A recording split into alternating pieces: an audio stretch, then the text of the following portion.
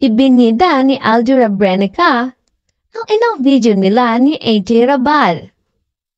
Kamakailan na nag-post si Aljur Abrenica sa kanyang Instagram stories para silipin sa kanyang followers ang ilan sa mga mahalagang sandali nila ng kanyang girlfriend na si AJ Rabal.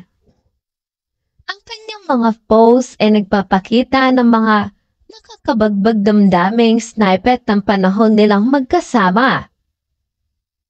Sa unang video, ipinost ni Aljur, makikitang mag-asawa na nag-e-enjoy sa pagkain ng magkasama at gayon din ang samahan ng isa't isa.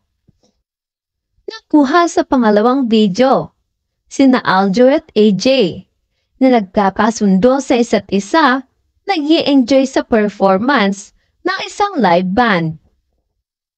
Si Aljur Abrenica ay isang Pinoy actor na sumikat pagkatapos sumali sa ika-4 na season ng GMA7 Starstruck, isang reality talent search.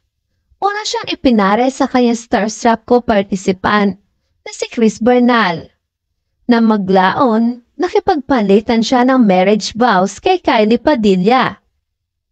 At ang kanilang pagsasama ay nagbunga ng 2 anak, sina Alas Joaquin at Axie. Naghiwalay sina Aljur at Kylie, makalipas ang ilang taon. Sa nakaraang ulat, nag-post si Aljur Abrenica sa Instagram stories at nagbahagi ng isang cute na reel. Ipinakita ng aktor ang kanilang itsura sa tuwing sila ay nag-workout. Kasama ang kanyang kapatid na si Bina Abrenica at Joseph Marco, ay ginagawa ang kanilang makakaya upang maisagawa ang kanilang mga gawain. Nauna rin nga rito ang pag-post ni Aljur sa kanyang Instagram na nagbabahagi ng video na nagpapakita ng magandang sandali kasama si AJ. Magkasamang aktor ang actress. Kumakain sa isang cafe. Nakasuot ng pink na pang-itaas si AJ at ang ganda-ganda ng buhok niya na nakalugay sa mukha. Sa kabilang banda, naka-black plain shirt si Aljur at nakangiti sa kamera. Habang kumakain ng isang pirasong tinapay, naging viral na gusto ang nasabing video noong mga panahong iyon.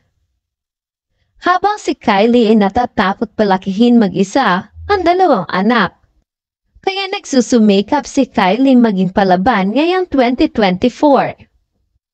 Nag-share ang kapuso actress na si Kylie Padilla na kanyang mga realization sa buhay matapos magbakasyon sa Tokyo, Japan. Sa Japan, sinalubong na actress at celebrity mommy ang New Year at aminado siyang napakarami pa niyang nadiskubre sa sarili sa ilang araw niyang pagmamalagi sa naturang bansa. Nakabalik na siya sa Pilipinas kamakailan at sa pamamagitan niya ng kanyang Instagram broadcast channel ay ibinahagi niya sa kanyang supporters ang mga natutunan niya mula sa pagbabakasyon. At dito na nga inamin ni Kylie na mula nung maghiwalay sila ng asawang si Aljur Abrenica ay talagang nakaramdam siya ng matinding takot dahil mag-isa na lang siyang palalakihin at itataguyod ang mga anak. Dahil dito talagang halos patay na niya ang sarili sa pagtatrabaho at nakalimutan na ang magpahinga. Matinding pressure ang nararamdaman niya dahil sa mga anak nila ni Aljur. Ngunit nangako si Kylie sa sarili na mas magiging matapang at palaban siya ngayong 2024. Kasabay ng pagsasabing proud siya sa mga challenges na pinagdaanan at pinagtagumpayan niya nitong mga nakaraang taon.